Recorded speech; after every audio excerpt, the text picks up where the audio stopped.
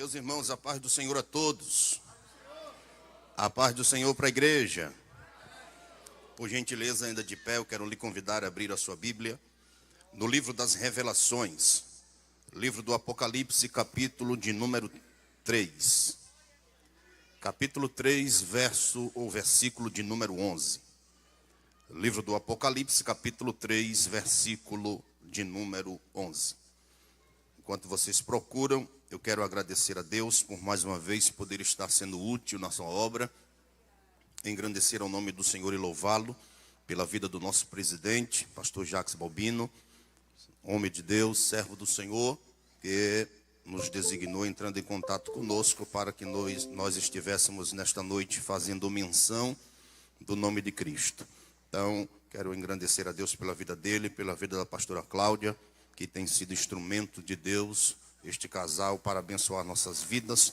Assim sendo também, se estendendo minha saudação ao pastor Wellington, co-pastor desta igreja, e também aos demais companheiros que estão conosco nesta noite aqui adorando. Enfim, a toda a igreja de uma forma geral, que Deus abençoe em o nome do Senhor Jesus.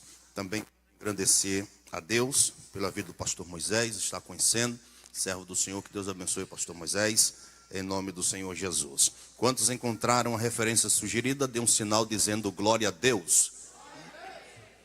Diz assim a poderosa palavra do Senhor: eis que venho sem demora, guarda o que tens, para que ninguém tome a tua.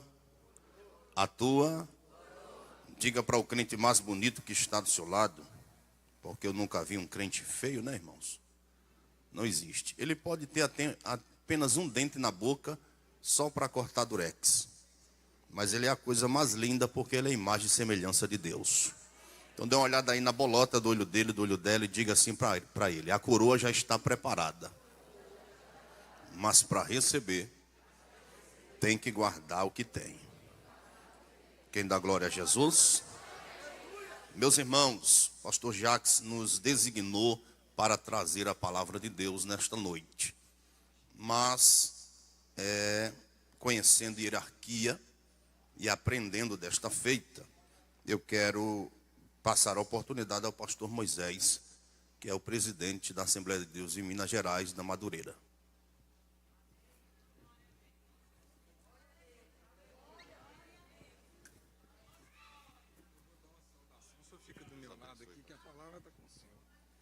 Glória a Deus. A paz do Senhor Jesus. Irmãos, seria muito eu tomar a vez do irmão, sendo que Deus já entregou a ele uma palavra poderosa para os nossos corações. Eu quero só deixar aqui poucos versículos para a meditação dos irmãos. Encontra-se no Evangelho de João, segundo escreveu João, capítulo 6, quando na multiplicação dos pães e peixes, a Jesus foi apresentado um rapaz, por André, capítulo 9.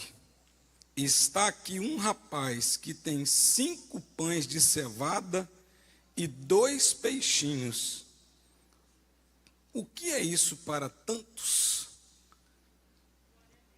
Só quero dizer que aquilo que você tem, seja pouco aos olhos dos homens, nunca é desprezível para Deus. Pregue, cante, louve, adore ao Senhor com aquilo que você tem. Porque quando parece tão insignificante, mostraram a provisão para Jesus. Tem aqui 5 pães e 2 peixinhos, ainda colocaram no diminutivo, 2 peixinhos, mas nas mãos de Jesus ele é poderoso para multiplicar abundantemente. Deus vai falar conosco, e eu vim aqui hoje para receber aquilo que Deus já tem para nós. Muito obrigado, quero agradecer a Deus pela vida do meu amigo pastor Jacques Balbino, e dizer para os irmãos que eu já passei em muitos lugares, mas me encantei com o povo alagoano. Povo receptivo, amoroso, e amei este lugar. Vim para voltar outras vezes para dar glória com os irmãos aqui. Muito obrigado. A palavra está com o senhor. Estamos aqui para receber da parte de Deus. Amém, irmãos. Grato pela honra, pastor. Que diz assim, vamos ler de novo. Eis que venho sem demora. Guarda o que tens para que ninguém tome a tua coroa e você dá glória a Deus. Sente dando glória a Jesus. Queridos e amados do Senhor Jesus, quando eu abro a minha Bíblia dentro do texto em que nós acabamos de ler, eu encontro aqui uma passagem bastante conhecida da igreja do Senhor, daqueles que gostam, daqueles que sentem prazer em meditar nas santas escrituras, na palavra do Senhor nosso Deus. Conhece esse texto de cor e salteado, onde nos diz o prólogo do texto, falando acerca da sexta carta à igreja de Filadélfia.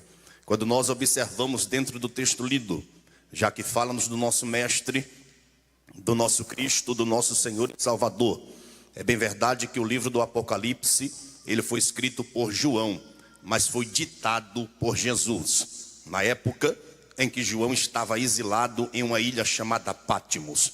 A ilha de Pátimos, de acordo com a arqueologia, tinha cerca de 16 por 10 quilômetros. Ficava a 100 quilômetros ao sudoeste de Éfeso, ao mar Egeu. E João estava lá desterrado por causa da palavra. Quando João está na ilha de Pátimos, João começa a contemplar que os cristãos eram mortos porque não negavam ao nome de Jesus. E o escritor da sua grande obra, História Eclesiástica, por nome de Eusébio de Cesareia, ele diz que os cristãos eram lançados dentro de uma caldeira de azeite fervente. E quando os crentes caíam dentro do azeite, eles morriam instantaneamente, porque sofriam queimaduras de 3º grau, desde o alto da cabeça até a planta dos pés. Pegaram o apóstolo João e lançaram dentro da mesma caldeira. Só que com João a coisa foi diferente. João deu como um mergulho em uma piscina, saiu do outro lado, nada lhe aconteceu, porque as mãos do Senhor Jesus Cristo estavam sobre a sua vida. O propósito que Jesus tinha com João era para que o mesmo escrevesse o livro das revelações. Pois bem, quando nós encontramos o capítulo 3 e o verso de número 11, nós começamos a entender que nesta ocasião, quando o Senhor Jesus agora, ele se revela a João, João então começa a escrever este livro, e João começa escrevendo dizendo: e eu, João, que também sou vosso irmão e companheiro na aflição e no reino e na paciência de Jesus Cristo, estava na ilha chamada Pátimos por causa da palavra do Senhor, e eu fui arrebatado em espírito no dia do Senhor, e ouvi uma voz por trás de mim como de trombeta, que dizia: o que vês escreve no livro, e envia as 7 igrejas que estão na Ásia. E virei-me para ver quem falava comigo, e virando-me, vi 7 castiçais de ouro. No meio dos 7 castiçais tinha um que era semelhante ao filho do homem. Ele estava vestido de um vestido comprido e cingido com um cinto de ouro. A sua cabeça e cabelos eram brancos como a lã. Os seus olhos eram como chamas de fogo. Os seus pés eram como latão reluzente refinado na fornalha. Na sua destra tinha 7 estrelas. Da sua boca saiu uma espada aguda de 2 gumes. E o seu rosto era como o sol, quando na sua força resplandece. E ele continua dizendo: e eu, quando o vi, caí como morto aos seus pés. Mas ele pôs sobre mim a sua destra, dizendo: não temas, eu sou Jesus, eu sou o Alfa, eu sou o Ômega, eu sou o princípio, eu sou o fim, eu sou aquele que fui morto, mas estou vivo pelos séculos dos séculos, e tenho nas mãos a chave da morte e do inferno. Quantos estão sentindo a presença do Cristo vivo? Meneie a mão para o céu e dê um brado de glória para o Senhor. É a partir daí que João então começa a escrever as 7 cartas às 7 igrejas da Ásia. Dentre as 7 cartas às 7 igrejas da Ásia, as únicas igrejas que não receberam repreensão da parte do Senhor foi justamente 2 igrejas: a igreja de Esmirna e a igreja de Filadélfia. Porque a igreja de Esmirna não recebeu repreensão da parte do Senhor, porque era uma igreja pobre, era uma igreja paupérrima, que não não tinha condições financeiras para realizar a obra. Só que mesmo assim eles não negavam a fazer a obra do Senhor. A história diz que então o imperador na época, ele invadia a casa dos crentes, confiscava todos os bens que os crentes tinham e assim mandava que os mesmos passassem necessidade. Mas a igreja então de Esmirna não cessava de fazer a obra do Senhor. Por isso que Jesus, quando mandou João escrever, ele disse: diga à igreja de Esmirna que eles dizem que é pobre, mas eles são ricos porque não negaram o meu nome e não transgrediram a minha palavra. E a segunda igreja que não recebeu repreensão da parte do Senhor Jesus foi a igreja de Filadélfia. Por quê, pregador? Porque a igreja de Filadélfia era uma igreja missionária. A igreja de Filadélfia ganhava almas para o reino do Senhor. A igreja de Filadélfia gostava de fazer o ide do Senhor Jesus. A igreja de Filadélfia não perdia tempo assistindo besteira na televisão. A igreja de Filadélfia exaltava e jubilava o nome do Senhor. Os crentes filadelfianos, eles sabiam que dentro da cidade de Filadélfia existia o caminho que cortava toda a Ásia Menor. E eles sabiam que as caravanas passavam por ali, indo para as outras bandas da Ásia Menor. E então a igreja de Filadélfia ia para a beira do caminho, esperava o povo passar, justamente para pregoar Jesus como Salvador. Vidas se convertiam ao Senhor e o nome do eterno Deus era glorificado. Por isso que Jesus disse no capítulo 3, no verso 8: eu conheço as tuas obras. Aleluia. Isto diz aquele que é santo, que é verdadeiro, e eu pus diante de ti uma porta aberta e que ninguém a pode fechar. Que porta é esta? Porta de evangelização. Pois bem, é justamente depois que João escreve as 7 cartas à igreja da Ásia, então João agora é levado a uma dimensão espiritual. E quando João chega a esta dimensão, João então começa a contemplar um anjo forte bradando nos céus e dizendo: quem é digno de abrir o livro e de desatar os seus 7 selos? João se espantou, João ficou estarrecido. E a Bíblia diz que é neste momento que João começa a ouvir o anjo forte bradando e utilizando 3 expressões. A primeira expressão que o anjo forte utilizou foi quando ele disse que não existia ninguém digno no céu. João pensou, João raciocinou e disse: o que é que existe no céu? Existem anjos, arcanjos, querubins, serafins, 24 anciãos, 4 seres viventes. João então pergunta: não existe ninguém digno no céu? A segunda expressão que o anjo forte utilizou foi quando ele disse: não existe ninguém embaixo na terra, nem presidente, nem governador, nem deputado federal, estadual, nem senador, nem juiz, nem desembargador também era digno de abrir o livro. A terceira expressão que o anjo forte utilizou foi quando ele disse: não existe ninguém debaixo da terra, nem as grandes nomenclaturas que já morreram também eram dignas de abrir o livro. A Bíblia diz que João neste momento começa a chorar. Parece que é a primeira vez que se ouve falar em choro no céu.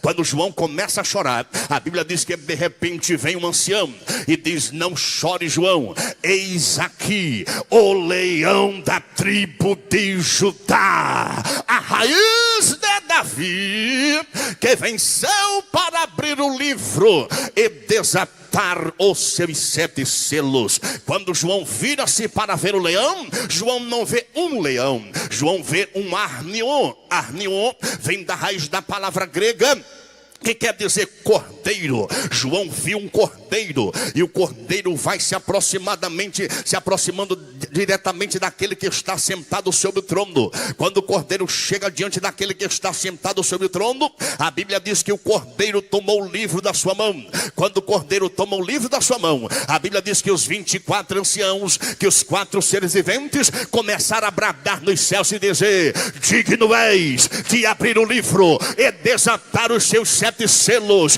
porque foste morto e com teu sangue compraste para Deus homens, tribo, língua, povos, e os fizeste reis e sacerdote. Quem foi comprado pelo sangue do cordeiro, levante a mão e dê um brado de glória.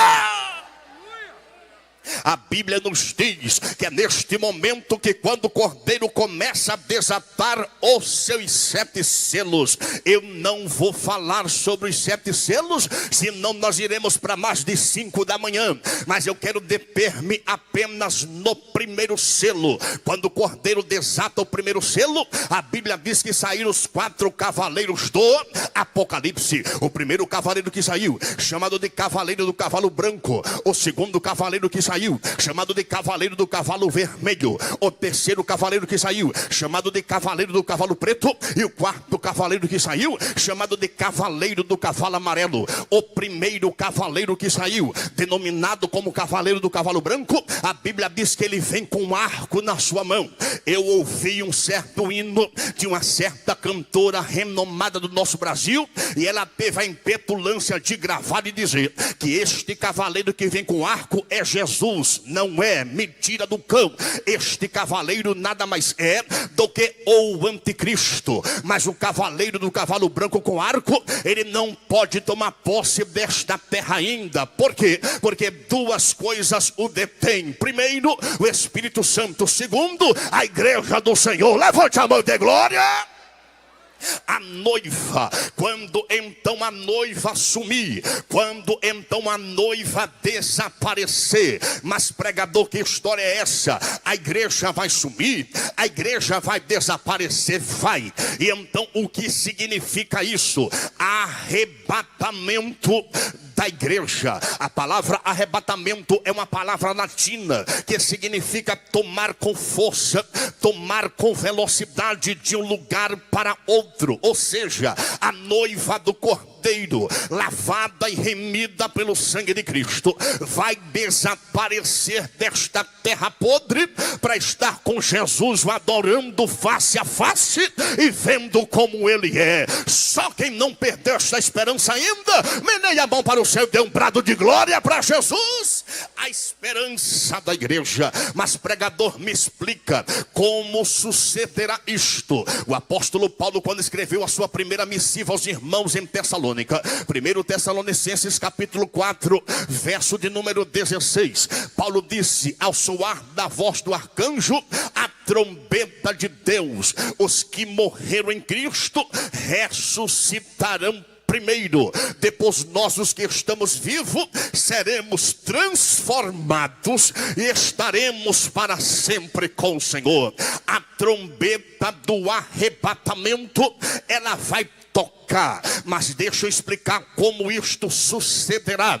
Quando a trombeta tocar, a trombeta do arrebatamento será apenas um toque de trombeta só. Então este toque de trombeta virá em 2 fases. Primeiro, para aqueles que morreram em Cristo, para aqueles que serviram a Jesus nesta terra, ainda quando estavam em vida, partiram para a eternidade, estão no seio de Abraão, esperando o grande dia da trombeta tocar. Eles então ressurgirão primeiro. Depois a igreja viva, que continua fazendo a obra, ouvirá a segunda fase. Foi Paulo quem disse. Então ele virá para os que morreram em Cristo, depois para nós, os que estamos vivos. E quando a igreja que está viva fazendo a obra na terra ouvir este toque da trombeta, a Bíblia nos diz que é neste momento que a noiva vai subir. E quando a noiva subir, sabe quem é que vai estar levando a noiva ao encontro do noivo? Nada mais, nada menos que o divino Espírito Santo. É o Espírito Santo quem vai levar a noiva ao encontro do noivo. Diferente do casamento aqui, justamente na terra, o casamento aqui no Brasil, é a noiva quem vai ao encontro do noivo no altar. O casamento israelita é justamente ao oposto. É o noivo quem vai ao encontro da noiva. A distância maior é do céu até as nuvens, e não da terra até as nuvens. nuvens. É neste momento que o rei, o noivo, vai voltar do céu até as nuvens para encontrar com a noiva. O Espírito Santo vai levar a noiva até as nuvens, e quando chegar nas nuvens, a noiva então será recepcionada pelo noivo. Ai, ai, ai, ai, ai. É neste momento que Jesus vai olhar para a noiva e vai dizer: bem-vindos, benditos de meu Pai. Você não deu glória a Deus porque não quis. É quando Jesus vai abraçar a noiva e então vai levar a noiva até as mansões celestiais. Quando chegarmos nas portas dos céus, a Bíblia nos diz que vai se cumprir o livro dos Salmos de número 24, a partir da parte 7. A Bíblia diz que é neste momento então que a igreja, a noiva, lavada, remida pelo sangue de Cristo, vai chegar na porta das mansões celestiais e vai bradar: abrir-se, ó entradas eternas, porque entrará o Rei da Glória. Ai, meu Deus, neste momento os anjos lá de dentro vão ouvir e vão perguntar: quem é este Rei da Glória? Eu não sei vocês, mas eu vou encher o pulmão de ar e vou dizer: ele é o poderoso na batalha, ele é o poderoso na guerra, ele é o Rei da Glória. Quem tem certeza disso, levante a tua mão, dê glória a Jesus. Aleluia. A noiva adentrará as bodas do Cordeiro. Quando a igreja adentrar nas bodas do Cordeiro, a primeira coisa que vai acontecer com a igreja será o tribunal de Cristo, o julgamento das obras. Não estou entendendo, pregador, me explica. Tudo aquilo que eu fiz na obra do Senhor aqui na terra está sendo anotado no livro das obras dos céus. Tudo aquilo que nós fazemos na casa do Senhor aqui na terra está sendo anotado no livro das obras dos céus. Ninguém se engane, ninguém se meta besta, porque tudo que você faz aqui é anotado no livro das obras dos céus. Imagina eu que sou pregador do evangelho, por bondade de Deus, Jesus me arrancou de um lugar onde eu não poderia sair e me fez pregador do evangelho, já andando 17 países, 17 estados deste Brasil, pregando a palavra de Deus. Mas eu me achava o bambambam, mas eu me achava o rei da cocada preta, mas eu me achava a última bolacha do pacote. Quando chegar lá no céu, vou ter surpresa. Por quê? Porque eu achava que eu era pregador, eu achava que eu era melhor do que alguém, eu achava que eu fazia obra para minha própria glória. Quando eu chegar lá em cima, vou ter surpresa. Por quê? Porque as minhas obras vai passar pelo fogo, disse o apóstolo Paulo, e elas vão se queimar. Paulo disse que as obras que eu realizei na terra são denominadas como obra de palha. Para Deus não tem valor. Agora imagine você, uma irmãzinha, um irmãozinho que ninguém dá nada por ele na igreja, dá nada por ela na igreja, mas ela faz a obra do Senhor com amor, mas ele faz a obra do Senhor com decência, aleluia, e com graça. Quando chegar lá em cima, vai ter surpresa, porque ela fez com amor, e quando as obras dele e dela passar pelo fogo, não vai se queimar. Jesus vai pegar uma coroa, vai colocar na cabeça desta pessoa e vai dizer: galardão, recompensa pelo trabalho exercido. Eu que pensava que era o bambambam, não vou receber nada. Oh, meu Deus do céu, não vou perder salvação, porque já fui no arrebatamento, mas não vou receber recompensa pelo trabalho exercido. Olhe para quem está do seu lado e diga para ele: faça a obra do Senhor com amor, faça a obra do Senhor com amor, porque vai ter recompensa, vai ter recompensa, vai ter recompensa, vai ter recompensa. Só quem tem certeza disso, levante a mão e dê um brado de glória para Jesus. Recompensa pelo trabalho exercido. Agora prestai minha atenção. É aqui que eu começo a entender que depois que a igreja estiver lá no céu e adentrar as bodas do Cordeiro, é neste momento que o cavaleiro do cavalo branco com arco vai tomar posse desta terra. Primeiro, ele vai impetrar o seu reinado, mas deixa eu esclarecer aqui para a igreja entender. Quando o anticristo aparecer, vai acontecer a primeira primeira guerra para que ele apareça justamente o anticristo. E a primeira guerra é denominada como guerra de Gog e Magog. Quem é Gog? Os descendentes de Noé. Eles virão e se levantarão. E se levantarão junto com quem? Junto com Líbia. Eles se levantarão junto com a Alemanha confederada. E justamente vai se levantar também a Rússia para tentar destruir a nação de Israel. Quando eles se levantarem e cercar Israel para destruir, o cavaleiro do cavalo branco aparece para impedir justamente que Israel seja destruída. Fazendo assim, Israel então vai abraçar o anticristo como sendo o Messias prometido que foi proferido pelos profetas. Prestem atenção. Então o anticristo faz aliança com Israel. A Bíblia nos diz que este reinado do anticristo será justamente de 7 anos, 3 anos e meios iniciais de falsa paz, 3 anos e meios restantes a verdadeira tribulação. Nos 3 anos iniciais, o anticristo vai dar prosperidade às nações. O anticristo, ele vai então dar toda a prosperidade para o mundo inteiro, e todos o abraçarão e dirão que este é o Messias prometido pelos profetas do Antigo Testamento. Só que ele é um enganador. Quando acabar os 3 anos e meio,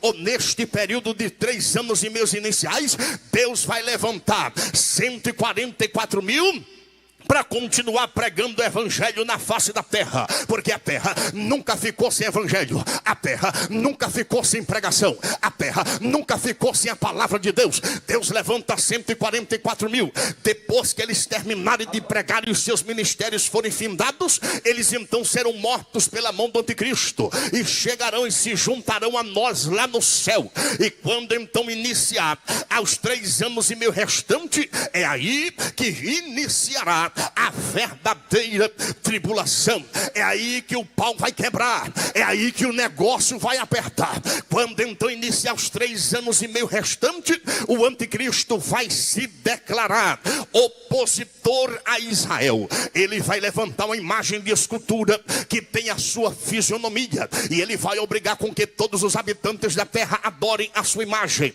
Depois que Israel sai do cativeiro babilônico, onde passaram 70 anos, de lá para cá nunca mais Israel adorou imagem de escultura. E quando o anticristo levantar então a sua imagem, Israel desfaz aliança com ele e vai dizer: tu não sabes, ó Messias, que nós não podemos adorar imagem? Ele vai dizer: ou vocês me adoram, ou vocês vão ser destruídos. Israel vai se refugiar no seu pequeno país. É neste momento que a Bíblia nos diz que então no capítulo 16, que Deus vai derramar as 7 taças da ira de Deus sobre a face da terra. E João também contemplou em visão esta grande revelação. Capítulo 16 do livro do Apocalipse. E disse João: e ouvi vinda do templo uma grande voz que dizia aos 7 anjos: ide, derramai sobre a terra as 7 taças da ira de Deus. E foi o primeiro anjo e derramou a sua taça sobre a terra,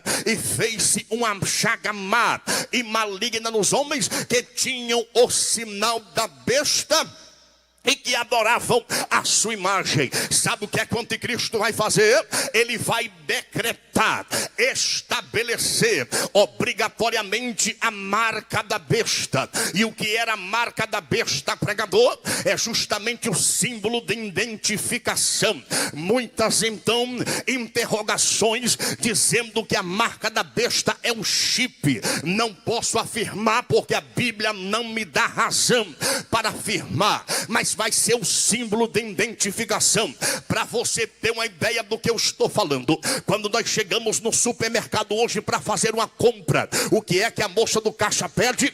E CPF, porque ela pede o nosso CPF justamente para que o governo federal de cada país, ele tenha então o controle daquilo que a gente compra e daquilo que a gente está realizando. Ou seja, se alguém tiver o Bolsa Família, por exemplo, exemplo, e esta pessoa começar a informar o CPF, todas as compras que realizar, o Bolsa Família vai ser cortada, porque o governo federal vai entender justamente que esta pessoa não tem possibilidade e não precisa do Bolsa Família. É o controle monitorado pelo governo geral. Então vai ser mais ou menos assim, um documento, talvez com chip ou não sei.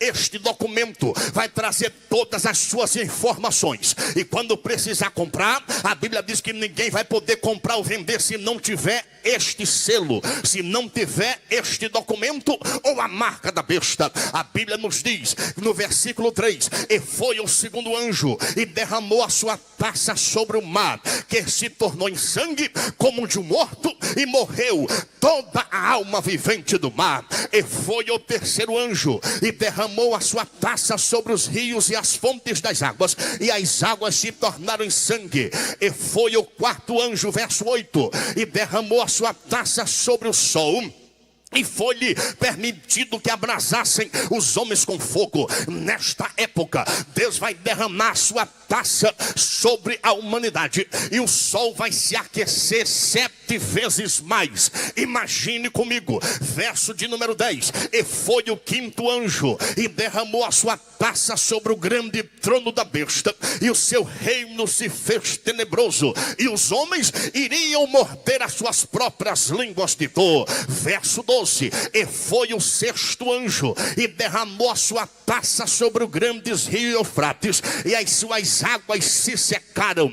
O rio Eufrates já começou a baixar, e as suas águas se secaram. Aleluia! E a sua água se secou para se preparar o caminho dos reis do Oriente. E disse João: e vi sair da boca do dragão, da boca da besta e da boca do falso profeta, 3 espíritos malignos semelhantes a rãs, porque são espíritos de demônio, os quais vão ao encontro dos reis de toda a terra para se congregar no vale que no hebraico se chama Armagedon.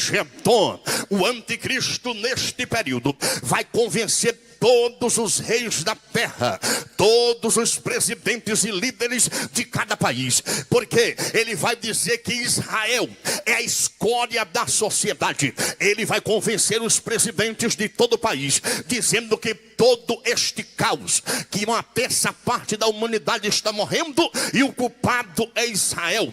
Então, quando Israel for cercada pelos inimigos, imagine comigo, na grande batalha do Armagedon, quando Israel for cercada, é neste momento, parece que eu estou vendo, aleluia, pastor Wellington, Israel cercada.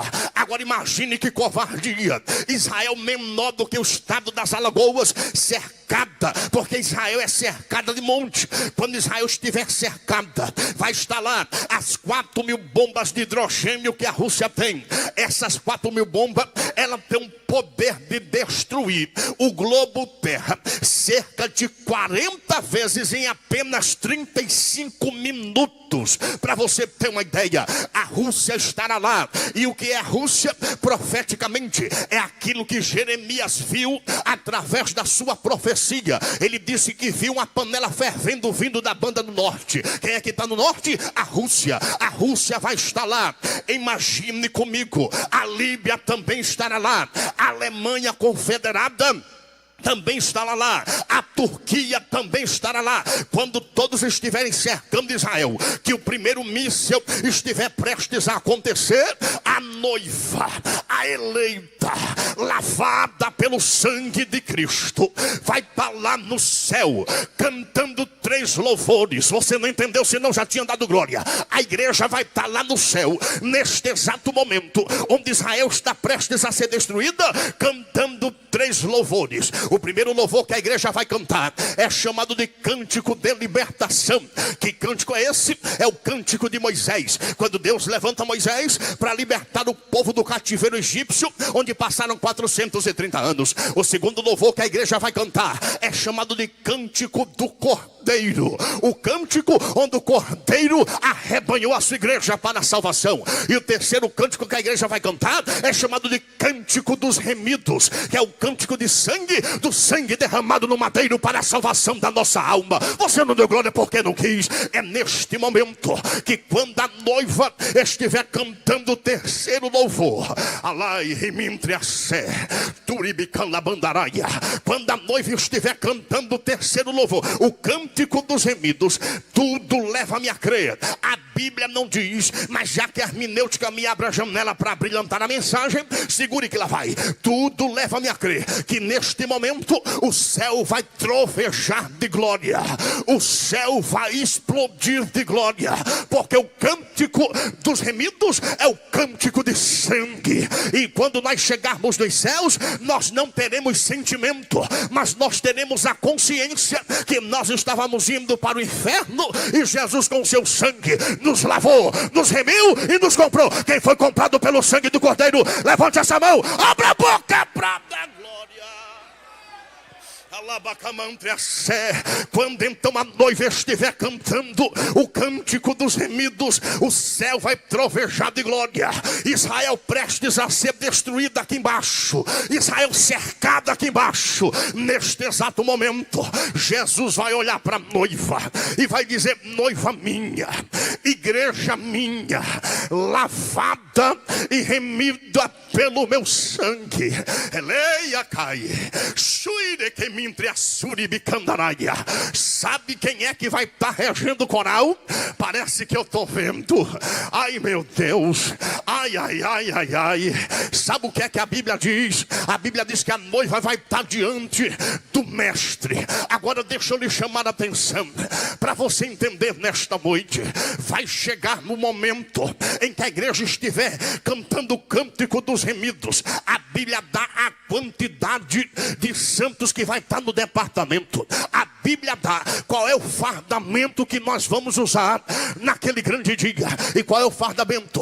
Todo mundo de veste branca e vestimenta comprida. Está no texto. Todo mundo de veste branca e vestimenta comprida. Todo mundo de veste branca e vestimenta comprida. Todo mundo de veste branca e vestimenta comprida. Todo mundo de veste branca e vestimenta comprida. A Bíblia diz a quantidade das pessoas que estarão lá. A Bíblia diz que será uma multidão como grãos de areia da praia. Agora eu lhe pergunto, dá para se contar os grãos de areia da praia? Não dá. Vai ser a multidão que vai estar cantando naquele grande coral. Quem vai estar lá? Quem vai estar lá? Alai remintre a sé.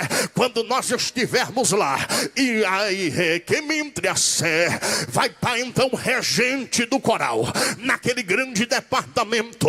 Sabe quem vai estar regendo o coral? Jesus. Segure a minha língua que eu vou desenrolar o rolo completo aqui essa noite. Aqui na terra tem gente que é metida besta. Tem gente que diz assim: eu não canto neste coral enquanto ele estiver na frente. Eu não canto neste departamento enquanto ela estiver regendo. Oh minha santa, oh meu santo, larga a mão de ser tonta. Primeiro, para poder você subir no arrebatamento, você vai ter que se reconciliar com seu irmão aqui embaixo.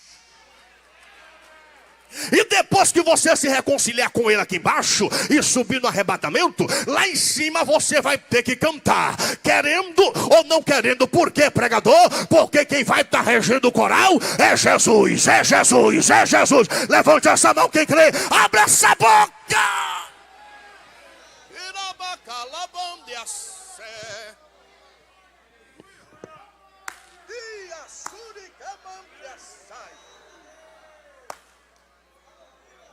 Agora imagine comigo Jesus regendo o coral.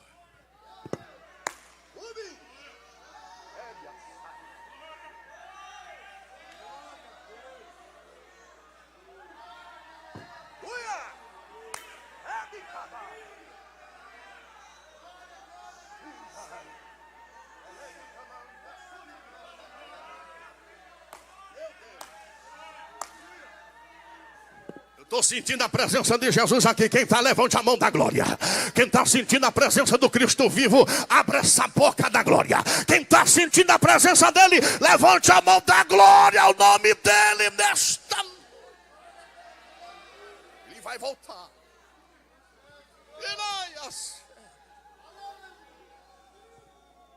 Quando Jesus estiver regendo o coral, Jesus vai olhar para a noiva e vai dizer: noiva minha, ei lá, camantria, eleita minha, ataviem os vossos cintos, vamos descer para livrar Israel, meu povo, da destruição. E a Bíblia diz que Jesus vai montar num cavalo branco. Epa! Este cavaleiro que vem num cavalo branco, Alexandre, a Bíblia diz que ele vem com a espada na mão. Porque o primeiro, ele vinha com arco, mas esse vem com a espada. E ele vai montar num cavalo branco. Só que a Bíblia diz, o contexto diz que na retaguarda dele vem 2 exércitos. Porque Deus é conhecido na Bíblia como o Senhor dos exércitos. Aí eu vi um certo pregador pregando e dizendo: Deus é conhecido como o Senhor dos exércitos porque Deus manda no exército, na marinha e na aeronáutica. Não é nada disso, irmão. Deus é conhecido como o Senhor dos exércitos porque Deus tem 4 exércitos na Bíblia. O primeiro exército que Deus tem é chamado de exército da natureza. Quem é que pode contra ela? É maremoto, terremoto, vendaval, tufão, tsunami. Quem é que pode contra ela? Só o dono dela. Você lembra quando ele estava lá no barco e os discípulos estavam prestes a morrer? E de repente ele disse: vento, acalma-te, mar, aquieta-te. E tudo se fez bonança. Só o dono dela. Segundo exército que Deus tem é o exército de anjo. Terceiro exército que Deus tem é Israel. E o quarto exército que Deus tem, prepara para dar um glória nessa noite, é a igreja do Senhor na face da terra. 2 exércitos, o pastor Moisés vem com ele: a igreja e os anjos. Só que quando a gente vier com ele, a gente vai montar em cavalo branco também. É a Bíblia quem diz. E você não deu glória porque não quis. Viemos em cavalo branco também. Aí pode ter alguém que diz assim: mas eu não tenho nenhuma bicicleta velha para vir para o culto. Se preocupe não, dê glória a Deus, porque naquele grande dia você vai ter cavalo branco. Levante a tua mão, dê glória a Jesus. É neste momento, quando todas as câmeras de televisão estiver apontando para Israel, a grande batalha do século, a batalha do Armagedon, a Bíblia diz que é neste momento que o céu vai se abrir. Ai, labaia, suriai, decomontria. Quando o céu se abrir, as câmeras que estavam esperando o primeiro míssil sair contra Israel, vai levantar para o céu e vai filmar o Filho do Homem vindo com grande poder e grande glória.